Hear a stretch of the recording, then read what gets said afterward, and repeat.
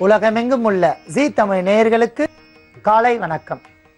அன்பான நேயர்களே, இன்று நாம் பார்க்க போகும் மருத்துவம் அருகன் தைலம் என்று சொல்லக்கூடிய கண் புகைச்சல் மற்றும் தலை சூடு, கேசத்தை நீண்டு வளரச் செய்யக்கூடிய அற்புதமான ஒரு தைலத்தை இன்று நாம் தயாரிக்க போகின்றோம். அதற்காக நாம் எடுத்துக்கொள்ளக்கூடிய முதன்மை மூலிகை அருகம்புல்.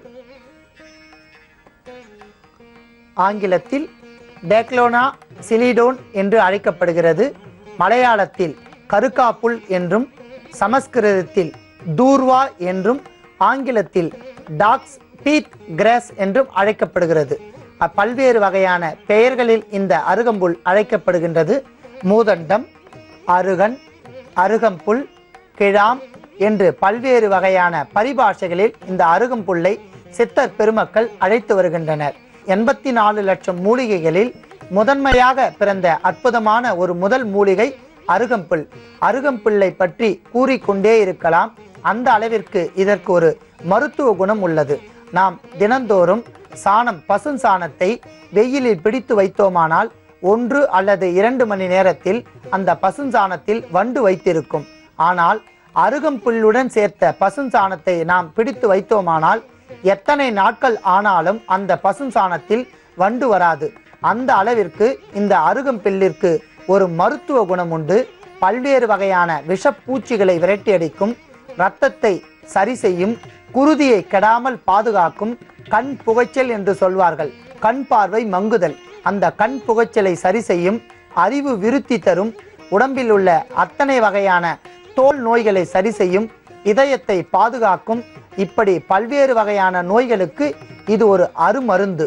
மூதண்ட கிழாம். மூதண்டம் என்றால் முதன்மையான ஒரு பொருள், கிழாம் என்றால் குடிநீர்.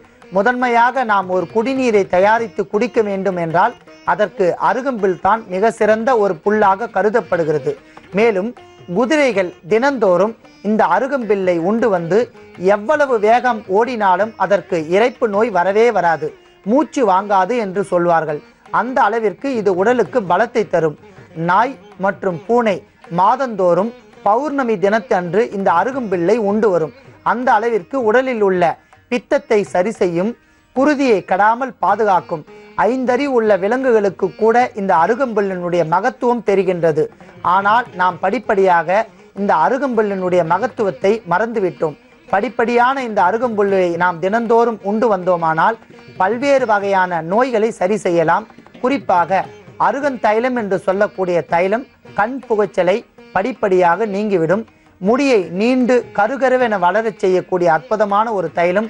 அறிவு விருத்தி தரும் என்று கூறுகிறார் தேரையர்.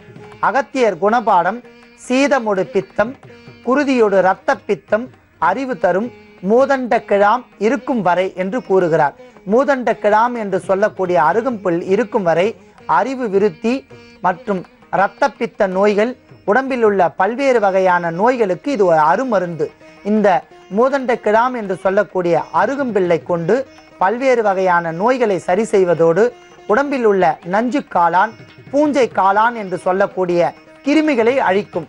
ஆகையால் அருகம்புல்லை முதன்மை பொருளாக கொண்டு நாம் அருகன் தைலத்தை தயாரிக்க போகின்றோம். அதற்காக நாம் சிறு சிறு துண்டுகளாக நறுக்கி எடுத்து கொண்டுள்ள அருகம்புல். அடுத்ததாக தேங்காய் எண்ணெய், மிகுந்த குளிர்ச்சி தரக்கூடிய ஒரு எண்ணெய். கேசத்திற்கும் உடல் குளிர்ச்சிக்கும் அற்புதமான ஒரு தைலம். மூளைக்கு மிகுந்த குளிர்ச்சி தரும், அறிவு விருத்தி தரும், தேகத்தை கெடாமல் பாதுகாக்கும், அழகு மற்றும் வன்மை தரும். ஆகையால் தேங்காய் எண்ணெயும் நாம் எடுத்துக்கொள்ளலாம். அடுத்ததாக கருவேம்பு என்று சொல்லக்கூடிய கருவேப்பிலை. கருவை வளர்ப்பதனால் இது கருவேப்பிலை. பெண்களுக்கு கர்ப்பப்பையில் உள்ள பல்வேறு வகையான குற்றங்களை நீக்கும், உடல் வளர்சிதை மாற்றங்களை சரி செய்யும். ஆண்கள், பெண்கள், சிறு குழந்தைகளை இந்த கருவேப்பிலையை எடுத்துக்கொள்ளலாம். இதை துவையல் செய்து சாப்பிட்டு வந்தோமானால் திசு வளர்ச்சிகள் பரிபூர்ணமாக இருக்கும். கண்களுக்கு மிகுந்த ஒளி தரும், கண் காந்தல் என்று சொல்வார்கள், அந்த காந்தல் நோயை பரிபூர்ணமாக நீக்கிவிடும். கண்களுக்கு குளிர்ச்சி மற்றும் வயிற்று பகுதியில் உள்ள குற்றங்களை அறவே நீக்கும். தலைமுடிகளுக்கு மிகுந்த நன்மை தரும். கருகருவென முடி வேண்டுமென்றால் மிகுதியாக கறிவேப்பிலையை தினந்தோறும் உண்ண வேண்டும். நம் சமையலில் கறிவேப்பிலையை போட்டு சமையல் செய்து வந்தோமானால் படிப்படியாக அதனுடைய எசன்ஸ் என்று சொல்லக்கூடிய சாறு உணவோடு கலந்து இரத்தத்தை சுத்திகரிக்க செய்வதோடு நீண்ட கேசத்தை வளரச் செய்யும். ஆகையால் கறிவேப்பிலையும் நாம் எடுத்துக்கொள்ளலாம். இந்த 3 பொருட்களையும் கொண்டு இப்போது நாம் அருகன் தைலத்தை எவ்வாறு தயாரிக்கப் போகின்றோம் என்கிற செய்முறையை பார்க்கலாம். அதற்காக 100 மில்லி தேங்காய் எண்ணெயை நன்றாக காய்ச்ச வேண்டும்.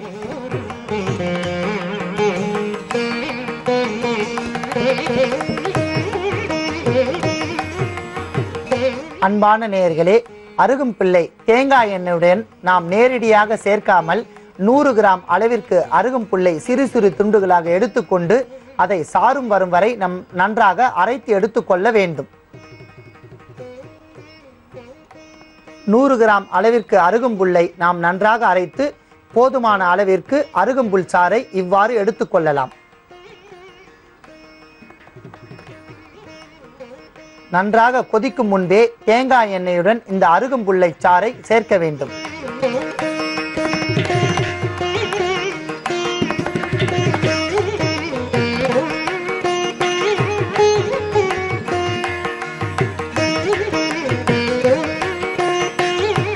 அன்பான நேயர்களே, எண்ணெய் காய்ச்சுவதற்கு முன்பாக எண்ணெய் காய்ச்சுகின்ற அந்த சட்டியின் மீது ஏதேனும் ஒரு பொருளை மூட வேண்டும்.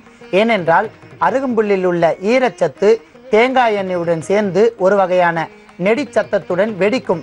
அது கை கால்களில் பட்டுவிட்டால் கொப்பளங்கள் தோன்றிவிடும். ஆகையால் பாதுகாப்பாக மூடிய எண்ணெயை நாம் காய்ச்ச வேண்டும். நன்றாக காய்ந்த எண்ணெயுடன் இந்த அருகம்புல் சாறும் சேர்ந்து நன்றாக கொதித்து விட்டபடியால் இதனுடன் நாம் கறிவேப்பிலையை சேர்த்து நன்றாக மீண்டும் கொதிக்க வைக்க வேண்டும்.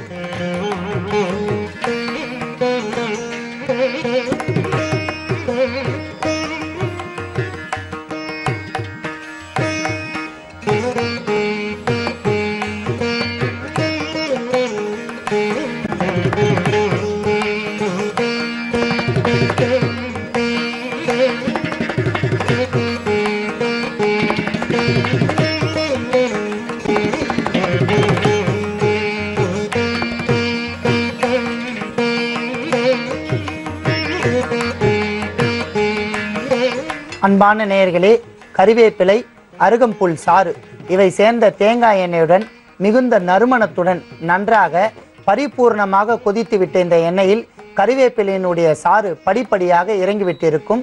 மேலும் அருகம்புல்லினுடைய சாறும் அதனுடன் இணைந்து ஒரு மருத்துவ குணமுடைய அருகன் தைலம் நமக்கு தயாராகி விட்டது. இந்த தைலத்தை இப்போது நாம் நன்றாக வடிகட்டி எடுத்துக்கொள்ளலாம்.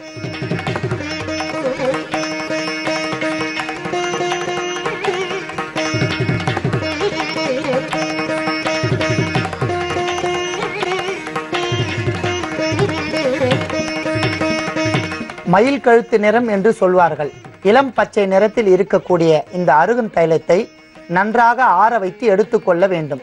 இது மிகுந்த குளிர்ச்சி உடைய ஒரு தைலம், மிகுந்த குளிர்ச்சியாக இருக்கும்.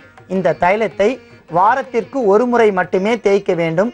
அதிலும் குறிப்பாக நண்பகல் வேளையில் மட்டுமே தேய்க்க வேண்டும். ஏனென்றால் அப்பொழுதுதான் நன்றாக வெயில் தோன்றும். அந்த வெயிலில் இந்த குளிர்ச்சித்தன்மை மிகுந்த அளவில் பாதிக்காது. ஆகையால் வாரத்திற்கு ஒரு முறை இந்த அருகன் தைலத்தை தலையில் தேய்த்து வந்தோமானால் 1 டீஸ்பூன் அளவிற்கு போதுமானது.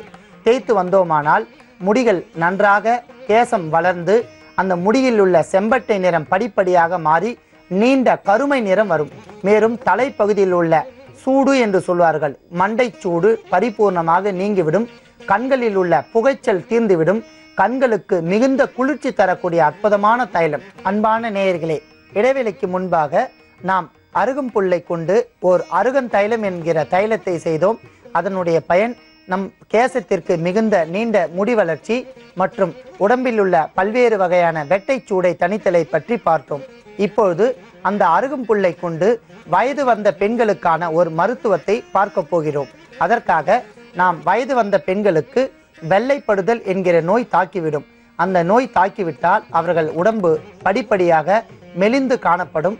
அவர்களுக்கு சதா காலமும் வயிற்று பகுதியில் ஒரு தீர்க்க முடியாத வலி ஏற்படும். மேலும் அவர்களுக்கு கண்கள் பகுதியில் குழி விழுந்துவிடும். அந்த அளவிற்கு அந்த நோயினுடைய தீவிரம் இருக்கும். அந்த நோயை எவ்வாறு சரி செய்து கொள்ளலாம் என்பதற்கான மருத்துவத்தை இப்பொழுது நாம் பார்க்க போகின்றோம். அதற்காக பசுந்தயிர், நாட்டு பசுந்தயிர். எப்போதுமே நாம் பாரம்பரியமான மருத்துவத்தையே பயன்படுத்த வேண்டும். நாட்டு பசுவினுடைய தயிருக்கு மிகுந்த உடலை குளிர்ச்சி அடைய செய்யக்கூடிய அற்புதமான ஒரு மகத்துவம் மற்றும் மருத்துவ குணம் உள்ளது. ஆகையால் நாம் நாட்டு பசுந்தயிரை எடுத்துக்கொள்ளலாம். நன்றாக அருகம்புல்லை அரைத்து அதன் சாறு, இதையும் நாம் எடுத்துக்கொள்ளலாம்.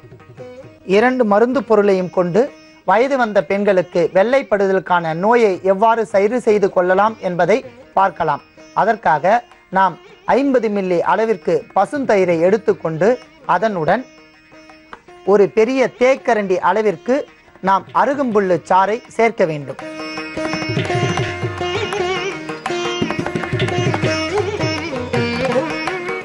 நன்றாக அருகம்புல் சாறு மற்றும் பசுந்தயிரை கலக்கி கொள்ள வேண்டும்.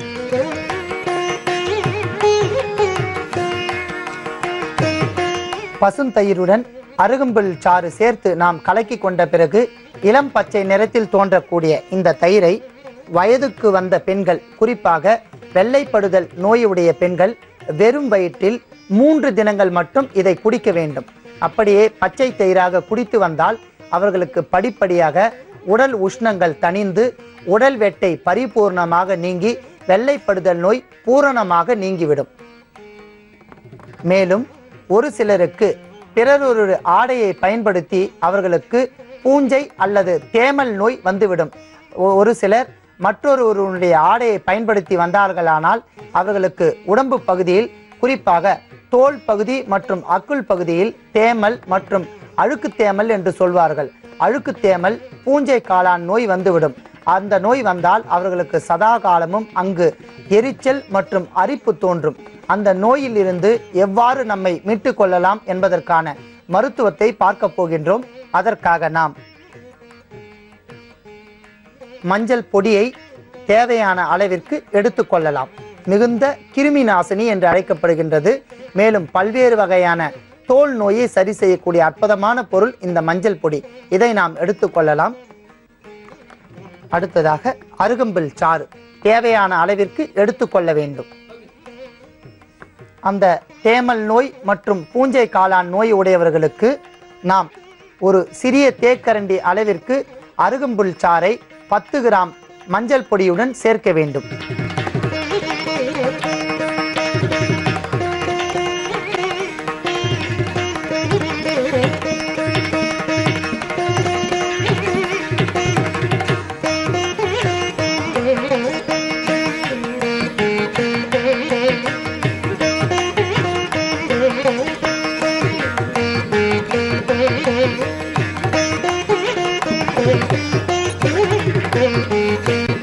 அன்பான நேயர்களே, அருகம்புல் சாறு மற்றும் மஞ்சள் பொடி சேர்ந்த இந்த கலவையை தேமல் மற்றும் பூஞ்சை காளான் உள்ள இடத்தில் தினந்தோறும் நாம் படுப்பதற்கு முன்பாக இரவு வேளையில் மட்டும் தேய்த்து வந்தோமானால் நாளடைவில் படிப்படியாக அந்த கிருமியினுடைய தாக்கம் குறைந்து படிப்படியாக அந்த தோல் நோய் பரிபூர்ணமாக நீங்கிவிடும். சுமாராக 7 தினங்கள் பயன்படுத்தி வந்தோமானால் போதுமானது. இந்த நோய் உள்ளவர்கள் பூரணமாக இந்த மஞ்சள் பொடி மற்றும் அருகம்புல் சாறு சேர்ந்த இந்த கலவையை தேய்த்து வந்தோமானால் பூரணமாக அந்த நோய் நீங்கிவிடும். அன்பான நேயர்களே, அருகம்புல் என்கிற அற்புதமான மூலிகை கொண்டு பல்வேறு வகையான மருத்துவத்தை பார்த்தோம். இந்த நோய் உள்ளவர்கள் கண்டிப்பாக அருகம்புல் சாறை கண்டிப்பாக பயன்படுத்த வேண்டும். சாதாரணமாகவே மாதத்திற்கு ஒரு முறை அருகம்புல் சாறை 10 மில்லி அளவிற்கு நாம் தினந்தோறும் குடித்து வந்தோமானால் உடம்பில் உள்ள அத்தனை குற்றங்களும் நீங்கிவிடும். குறிப்பாக இரத்தத்தை சுத்திகரிக்க செய்வதோடு அறிவு விருத்தி ஏற்படும். கண்டிப்பாக இதை அனைவரும் பயன்படுத்த வேண்டும். அன்பான நேயர்களே, இந்த அருகன் தைலத்தையும் அன்பான நேயர்களே, இன்று நாம் பார்க்க போகும் மருத்துவம் வயிற்று பகுதியில் உள்ள குற்றங்களை நீக்கக்கூடிய மருத்துவம்.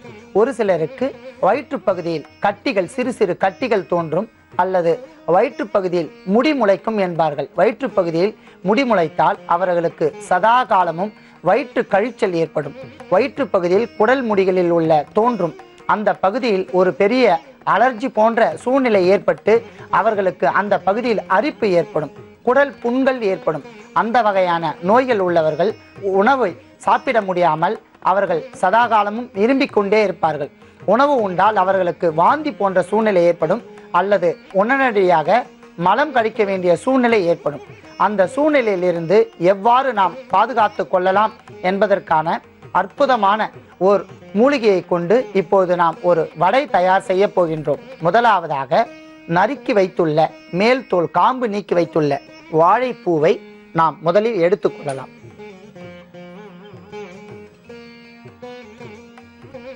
அடுத்ததாக நாம் கடலை பருப்பை இந்த மாதிரியான வடை செய்வதற்கு முன்பாகவே நாம் கடலை பருப்பை தண்ணீரில் நன்றாக ஊற வைத்து விடவும். சுமார் ஒரு அரை மணி நேரம் ஊற வைத்தால் கடலை பருப்பு பரிபூர்ணமாக ஈரமாக ஊறிவிடும். இப்போது நாம் காய்ந்த கடலை பருப்பை எடுத்துக்கொண்டுள்ளோம். ஊற வைத்து விட வேண்டும். அரை மணி நேரம் ஊற வைத்த பருப்பை எடுத்துக்கொள்ளலாம். அடுத்ததாக பச்சை மிளகாய். பச்சை மிளகாயை காம்பு நீக்கிவிட்டு எடுத்துக்கொள்ளலாம். அத்துடன் நாம் மேல் தோல் சீவிய இஞ்சி துண்டுகளை எடுத்துக்கொள்ள வேண்டும். இத்துடன் உப்பு தேவையான அளவிற்கு போட்டுக்கொள்ளலாம். அன்பான நேயர்களே, அடுத்ததாக பூண்டுப்பல் சுமார் 10 கிராம் அளவிற்கு பூண்டை உரித்து நாம் பயன்படுத்தலாம். இப்பொழுது கடலை பருப்பு, பச்சை மிளகாய், மேல் தோல் நீக்கிய இஞ்சி துண்டுகள், உப்பு இவை அனைத்தும் ஊற வைத்து நாம் நன்றாக வடை தட்டும் பதத்தில் கலவை பதத்தில் நாம் அரைத்து கொள்ள வேண்டும். அன்பான நேயர்களே, கடலை பருப்பு, காம்பு நீக்கிய பச்சை மிளகாய், மேல் தோல் நீக்கிய இஞ்சி துண்டுகள், பூண்டு, உப்பு இவை அனைத்தும் போட்டு நாம் இவ்வாறு ஒரு கலவையை அரைத்து எடுத்துக்கொள்ள வேண்டும். இத்துடன் சிறு சிறு துண்டுகளாக நறுக்கிய வெங்காயம் மற்றும் அத்துடன் பெருங்காயத்தூள் சிறிது சேர்த்து வடைக்கு தேவையான இந்த கலவையுடன் பிசைய வேண்டும்.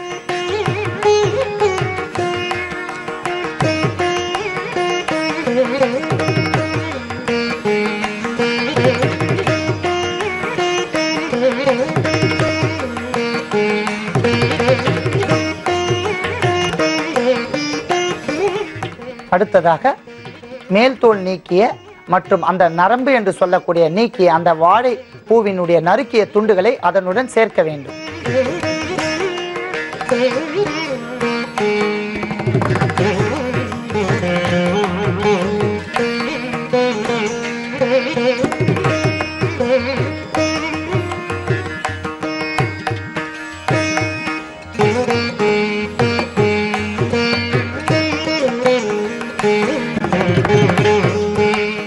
இத்துடன் கொத்தமல்லி தழைகளை தேவையான அளவிற்கு சேர்த்து பிசைய வேண்டும்.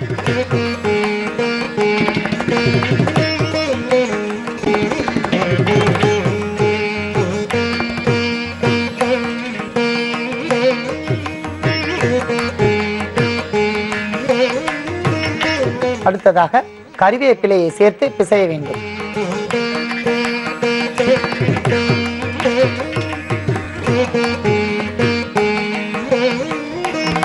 அன்பான நேயர்களே, அத்தனையும் இந்த கடலை பருப்பு மாவுடன் பிசைந்து வைத்துக்கொண்டு இப்போது வடை செய்வதற்காக சுமார் 200 மில்லி கடலை எண்ணெயை காய்ச்ச வேண்டும்.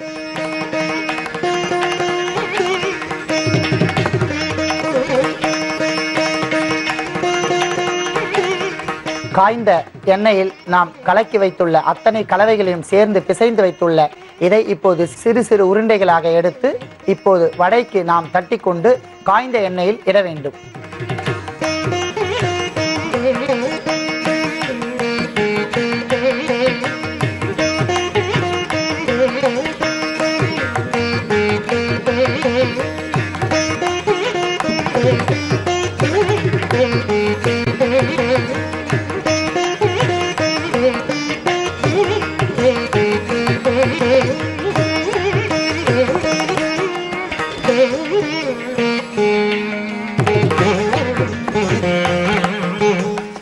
அன்பான நேயர்களே, வடை இப்போது பொன்னிறமாக வெந்தவுடன் நாம் வடையை